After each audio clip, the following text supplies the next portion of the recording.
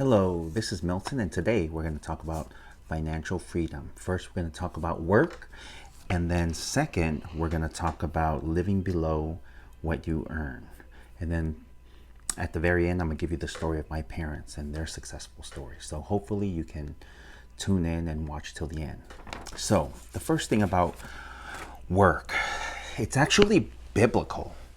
When Adam and Eve left the Garden of Eden, they needed to work if they wanted to eat. Further, they were promised that making a living would be hard. So it comes by with no surprise today as we're waiting for our second stimulus check and student loan debt forgiveness. And I guess sometime in December there's the rent moratorium and a lot of other programs are going to be ending, which I've benefited from, just like everyone else may have. But it's so important for us to continue to work. If we don't have a job, I've been out of a job a lot of times in my life.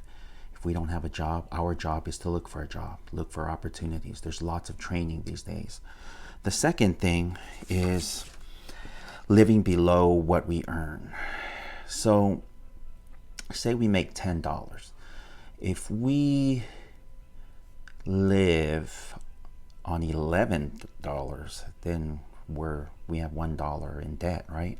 So imagine a lot of people, for example, NBA players, football players, there's a high percentage of them after ending their career, they lose all of the money that they earned. So there's this person that talked about it who was really good at finances, and his name is N. Eldon Tanner, and he says the key to financial success is to always spend less than we earn. This allows us to stay out of debt and to put some money away for a rainy day. There is no way that you can ever earn more than you can spend. I'm convinced that it is not the amount of money an individual earns that brings peace of mind as much as it is having control of his money. Whether early in life or late, we must all eventually learn to discipline ourselves, our appetites, and our economic desires. So that brings me to the story of my parents. So my parents came here to America sometimes in the early 70s. So I have 8 siblings. 4 of them were born in Samoa, 4 were born here in America. So my parents really took to these 2 principles of work because they didn't know the language all that well. It wasn't their first language. Samoan was their first language. And so when they came to America, they got any job that they can have. So my mom, she worked at a bank, and my dad, he worked in warehouses until he became a truck driver. So I remember growing up in California with 8 of us siblings, and it was just hard. It was, now that I look back on it, I actually didn't know how hard it was, but I can tell you now that I probably can't even survive there because how expensive it is, and it was expensive back then. So my parents, they worked hard. They can barely speak English even to this day, but they always lived below their means.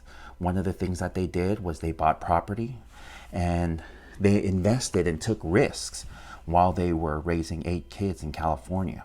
So, but one thing my mom used to always tell me was that she raised our kids with $30,000. Now, I don't know if because of inflation, $30,000 back then might have been more than what it is, or actually, yes, what it is right now. Say like 30,000 is probably like maybe 60, 70,000 today. Who knows?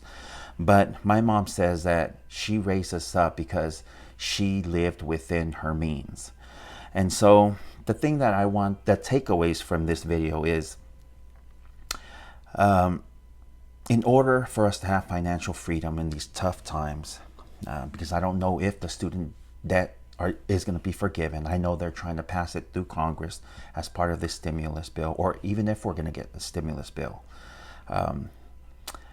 It's very important for us to know that work is a blessing. It's biblical. Adam and Eve, when they left the Garden of Eden, was told to go ahead and work. Through the sweat of their brows, they were going to eat. And the second principle is living below what you earn. So if you make $5, don't live off of 6, because then you're always going to be in debt. Even if you made $5 million, if you are spending $6 million, then you're going to be $1 million short. And that's just a tough life to live, because as you know, interest never sleeps. It never takes a holiday off. It never takes breaks. It never takes sick time. It's always there. Thank you very much for watching my video. And if you like it, please like and subscribe and share. Thank you.